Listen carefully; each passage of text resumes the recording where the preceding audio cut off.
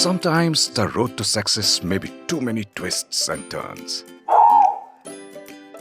But it isn't the case with Microsoft Excel. It has simple shortcuts that you can master in no time. Presenting Business Gurukul. Learn business tips and tools on the go. How to hide or unhide a row or column. To hide a row, select any cell of the row to be hidden and press on Ctrl and 9. To unhide, just press on the same respective commands along with the Shift key, Ctrl and Shift and 9.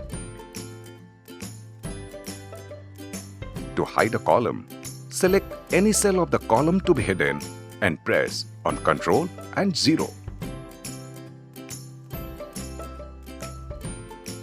To unhide, just press on the same respective commands along with the Shift key, Ctrl and Shift and 0.